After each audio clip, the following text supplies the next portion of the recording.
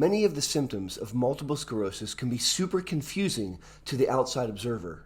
In this video, I'm going to teach you about cognitive symptoms, symptoms involving thinking and memory that confuse the heck out of other people. Don't turn away, because that starts right now.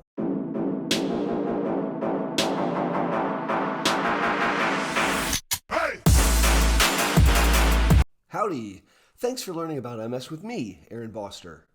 I'm the founder of the Boster Center for Multiple Sclerosis, where we care for families impacted by MS from around the globe. The first confusing COG symptom that I like to discuss is also the most common symptom in MS, pathologic fatigue.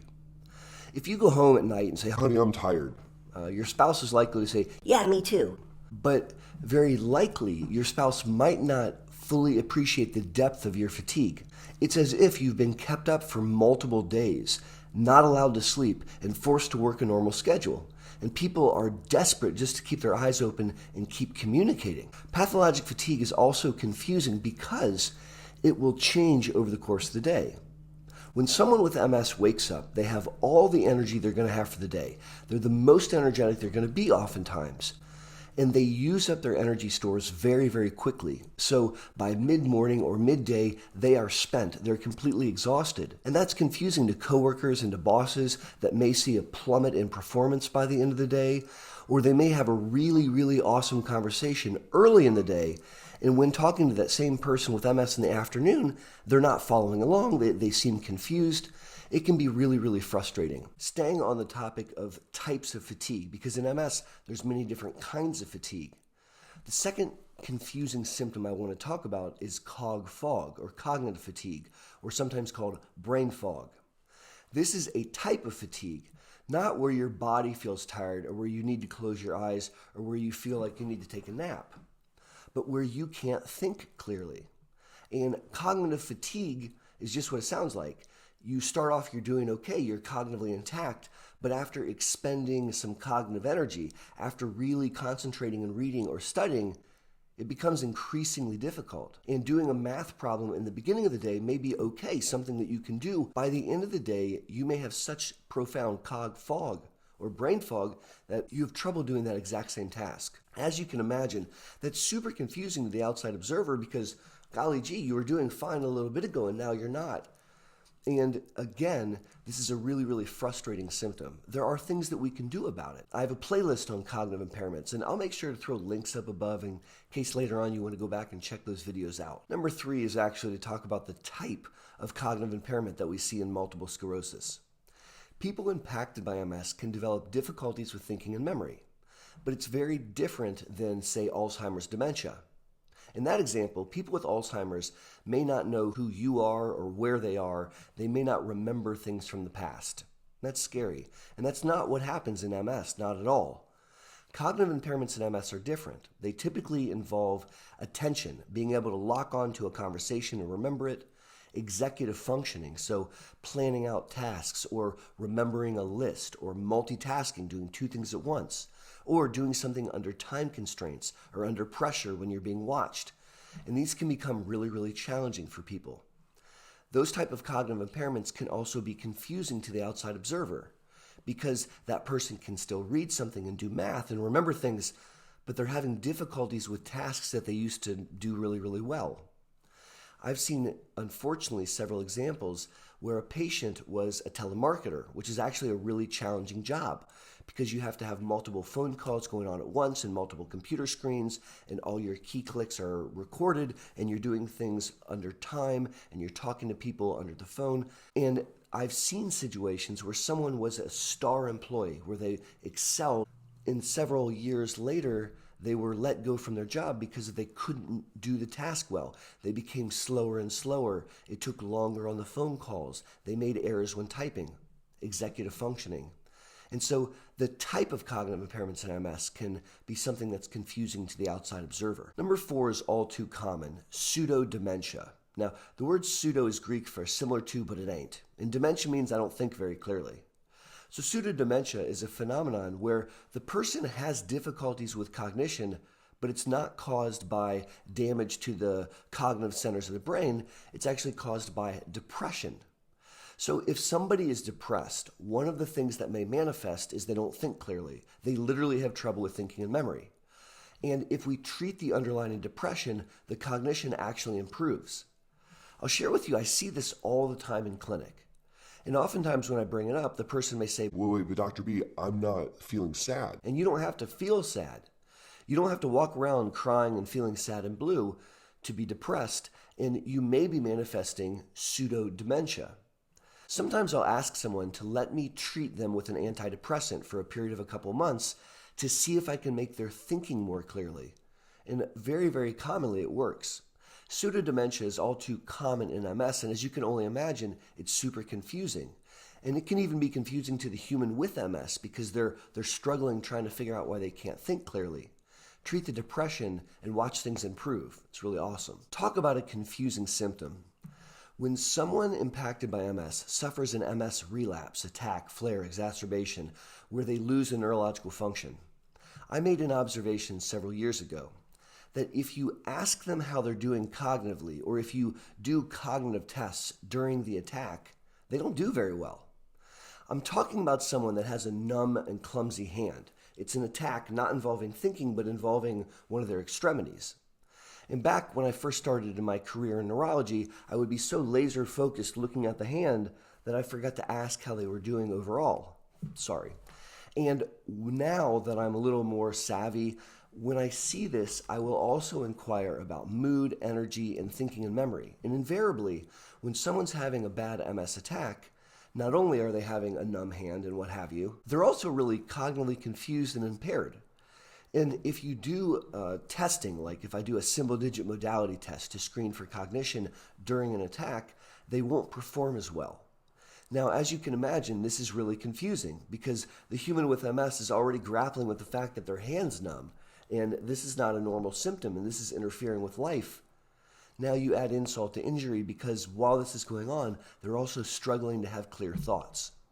Fortunately, when you treat the underlying attack, you treat the hand that's numb, you're treating the brain as a whole, and oftentimes that associated cog fog will melt, it'll go away.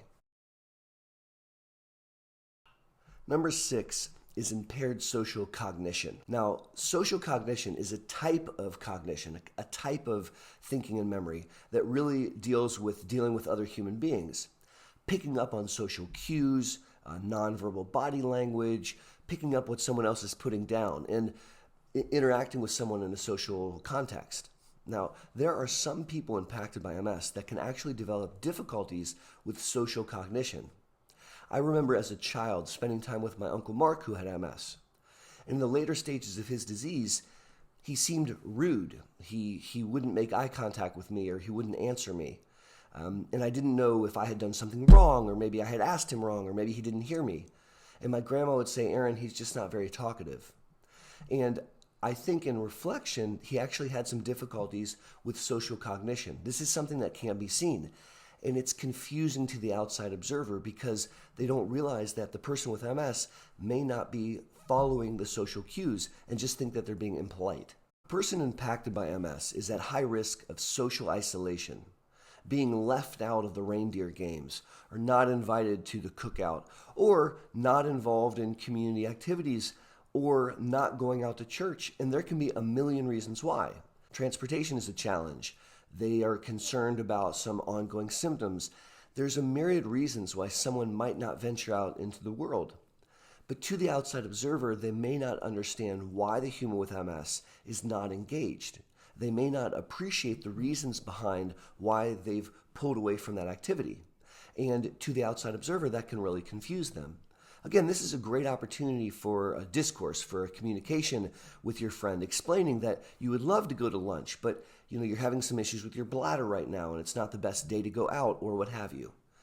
I'm just pointing out another example of why someone from the outside looking at someone with MS might not understand. This next one isn't common, but it's something I see often enough that I wanted to bring it up in this video. People impacted by MS are people, and people do all kinds of things, including recreational drugs and alcohol. And I've seen situations where a family becomes very concerned that their loved one is acting wackadoodle, only to find out that they had spent the night drinking with their friends and they had come home a bit drunk. Now, I'm not trying to make jest of something. I'm simply saying that another reason that someone from the outside could be super confused is because the person with MS isn't having an MS problem, they just got really high.